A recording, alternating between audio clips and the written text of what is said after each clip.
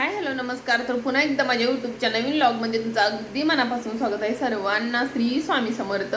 तर आता ना मला बनवायची आहे बघा ढोबळी मिरचीची भाजी. आणि काल रात्री ना आपलं उसळ असते ना, उसळ मॉलमधून आणलेली तशीच मटकी आणली होती. त्याला आता भिजत घातलं होतं.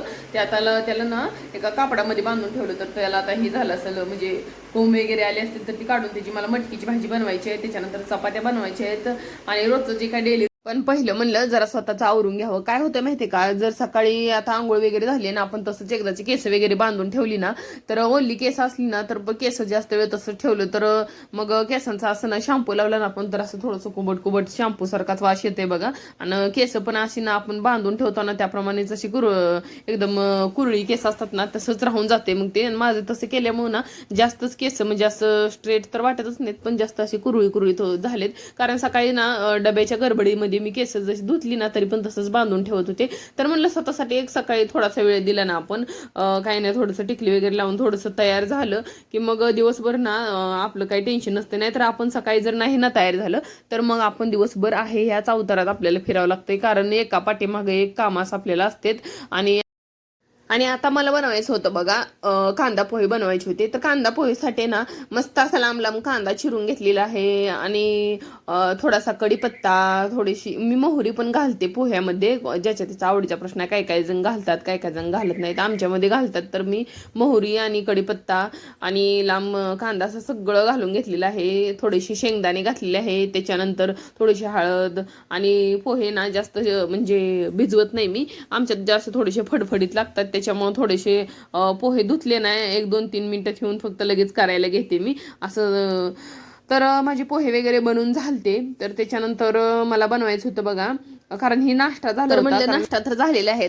तर रात्री जी भिजत घातलेली ही होती ना आपली, तिला मोड वगैरे आले असतील म्हणलं उसळ. तर त्या उसळसाठी ना मस्त असं पॅनमध्ये तेल गरम झालं की त्याच्यामध्ये मोहरी टाकून घेतलेली आहे, जिरे टाकून घेतलेले आहे. त्याच्यानंतर ठेचून घेतलेलं लसूण टाकलेलं आहे, हिरवी मिरची घातलेली आहे.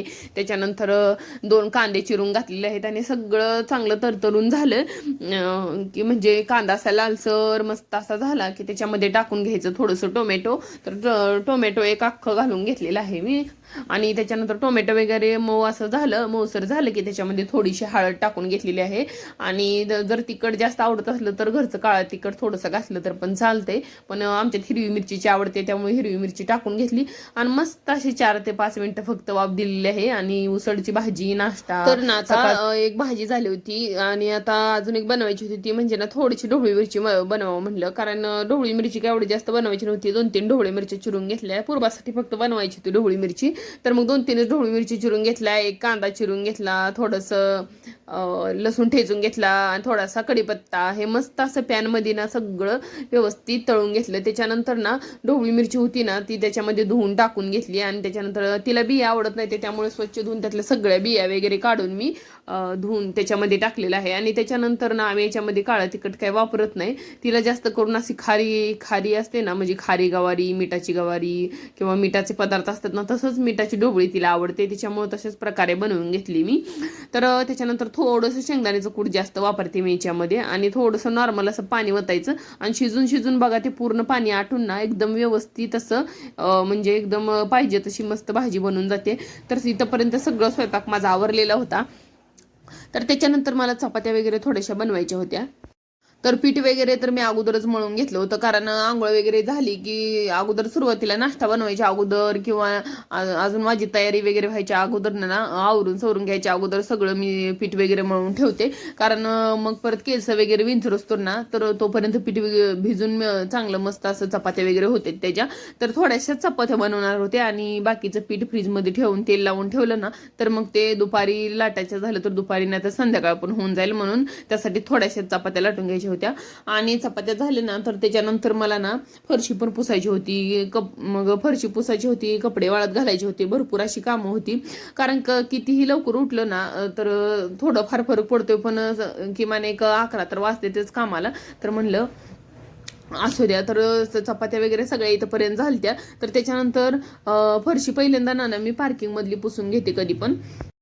तर काय होतंय माहितीये का, जोपर्यंत पार्किंग मधली फरशी पुसत नाही ना तोपर्यंत घरातली पासून काय अर्थच नाही. कारण कसं होतंय, पार्किंग मधूनच सगळे घरात आपण जातो, त्याच्यामुळे काय होतंय, पहिलं हॉल भरपूर असं खराब होते बाई. म्हणून मी काय म्हणते, आपलं पहिलं पार्किंग स्वच्छ ठेवायला पाहिजे. कारण डायरेक्ट मी बाहेरचं जे झाडाचं पाणी, झाडांना पाणी जे सोडते ना, तो पैप आहे ना तिथला, तर तो पैपच काय करते, डायरेक्ट आणते आणि असं पाणी डायरेक्ट असं मारते. म्हणजे असं फुसून वगैरे घेत ना, डायरेक्ट पाणी सोडून देते आणि खराट्यानं साफ करते.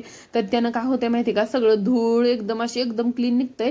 पण काय प्रॉब्लेम होते माहिती का, त्याच्यामुळे सारखं दरवाजेच्या समोर पाणी भरपूर सांडते. म्हणून मी काय करते, जाऊ दे म्हणते, म्हणजे सांडते म्हणजे. आणि पोरं पण काय करतात माहितीये का, त्याच्या आदनं मधनं सारखे फिरतात, मग पाय वगैरे सटकते आणि त्यांचा धिंगाणा सकाळी जरा चालू असते. मग म्हटलं जाऊ दे, तर आता मी पुसूनच घेते. म्हणून पोरं शाळेला वगैरे गेले ना, तर मी पाईप लावून सगळं पार्किंग वगैरे धुत असते. तर थोडीशी कपडे वगैरे वाळत घालायची होती, तर कपडे वगैरे वाळत घालून आले.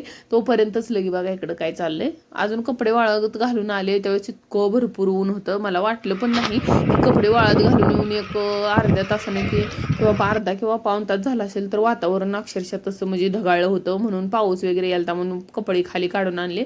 आणि त्याच्यानंतर ना, मग म्हणलं त्याच्यानंतर आपलं जे काय कूलर साफ करायचं काम होतं जरा, म्हणलं आता बाहेर तर आता कुणाला म्हणजे असं सुट्ट्या वगैरे होत्या पोरांना, तर हे पण घरात होते, तर म्हणलं एवढं कूलरचं जरा काम करून घ्या.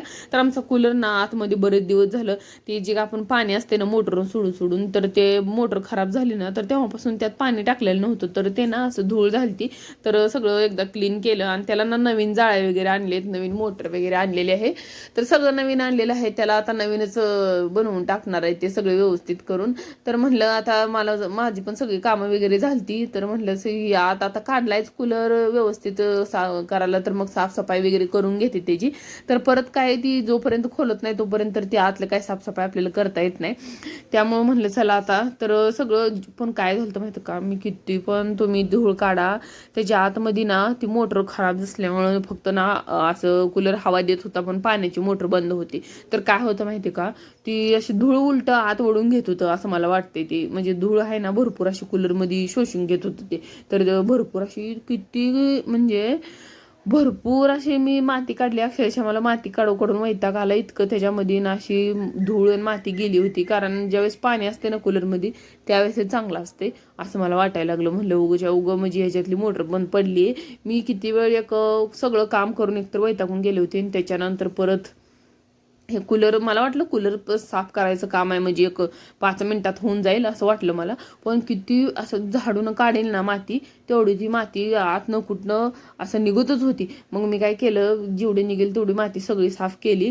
आणि त्याच्यानंतर म्हणलं आता तुम्ही जाळ्या वगैरे बसवून घ्या, कारण एकदा ह्याच्यामध्ये परत पाणी, आता मोटर जुडली ना, तर मग पाणी याच्यामध्ये ओतणार, तर त्याच्यामुळे ती परत खराबच होणार नाही, तर म्हणजे त्यात माती जाणार नाही. आणि तर आता कूलर तर नीट झालेला होता. तर इथंच व्हिडिओचा